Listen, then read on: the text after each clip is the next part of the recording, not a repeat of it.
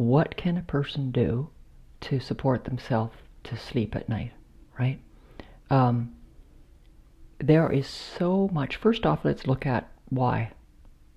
Um, in the human collective right now, there's a surge in awakening and wakefulness, and that can actually, it's the world over.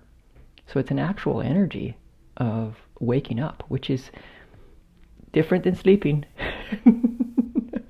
So, there can be a way that people are, when they become a certain level of aware, the collective is coming and going through their system. So when a person finds themselves in wakefulness and not able to kind of fall into the sleep mode at night, first off, it's wonderful to call their energy home from wherever it is. And your energy knows that it's your energy. It was given to you like the sound of your voice and the color of your eyes. So it knows you can just call your energy home. How to do that? Relax your body open. Breathe and say, hello energy, welcome home, I welcome you home. And then open to it. So your part is relaxing, open. You've already invited. It's just like inviting the dog in. You don't need to go out there and get behind the dog and try and bring it in. You call the dog and you leave the door open until the dog comes in. Same sort of thing. You open the door to your own energy and you call your energy home. Whatever is available at that moment will come home. You'll feel it. Relaxing, open. Let it come home. And the other part too of that is also relaxing your body open, so whatever is not your energy, whatever you might have gotten tangled up with in the day, in the week, in the month, in the year, in the lifetime, everything is possible. You can relax open and say, whatever is not my energy can leave now. And again, it's relaxing open and feeling the energy leave. So in this way, it helps to untangle. That's a great exercise at any moment, but especially for sleeping, to bring in sort of what's yours first, because there can be a hearing of the collective awakenness that's becoming more evident. The more that people are clamping down and us and them way of living, and however that turns out for them, the more the freedom keeps happening with more and more people who say, okay, not that. That's this oneness? What's this awakenness? What can I do and be in care of my own heart and be true to that?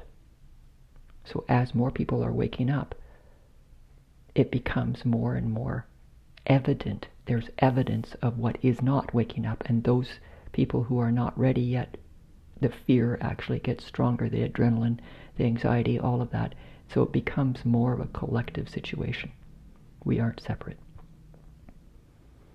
So allowing yourself sleep is not only great for you, it's also great for the collective. But I like to support people to first bring themselves as much to themselves as they can. And even in this exercise, you might find you fall asleep. The other part, it's a very simple, practical thing, and maybe I should be getting in contact with the publisher of this book. But when my children were little, my first son was waking up 4 times at night, and I became pregnant again when he was 8 months old. And I just, growing a new baby, I just hadn't really gotten over the birth and all that of my first son. So I went to my doctor. My doctor recommended a great book called Solving Your Child's Sleeping Problems by Dr. Richard Ferber. It's an old book, great book, because what it gave me is it talks about the sleep mode, the states of sleep, and what happens with a child.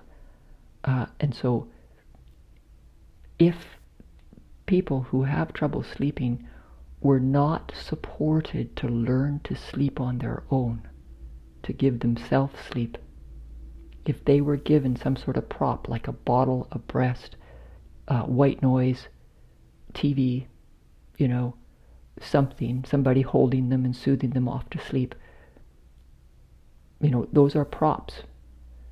And so the person will sleep most deeply with those. Well, as an adult, we're not likely going to be being held and rocked to sleep.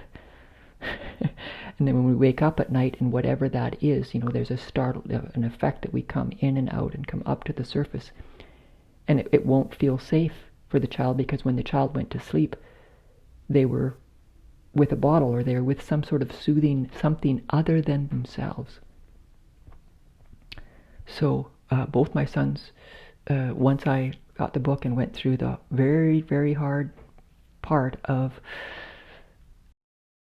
not participating in his sleeping, and trusting that, and there's a method. It's not mean, it's not harsh, it's, starting with 3 minutes. And so it's a gradual process of supporting the child to learn how to sleep. Now, both my sons, who are in their 30s, sleep like you wouldn't believe. In fact, my one son got an award for sleeping in the middle of a band camp. I used to go to the circus, and because it was dark and it was, around their bedtime, 7 o'clock, they'd be both sound asleep at the circus, right? So anyway, they do not have sleeping issues whatsoever. So Dr. Richard Ferber's book, Solving Your Child's Sleeping Problem, it gives a backdrop of how we sleep and how we learn to sleep. And that information is valuable for anybody. And of course, if a person is a parent, I recommend that book. A lot of people feel like it's hard on the child, and that it's hard to talk about this because I don't want to call anybody wrong for not following what this book suggests and imagining that it might be mean, but I'm a logical, practical person, and the information in the book was very practical to me, and I understood, and so I followed through, and it worked.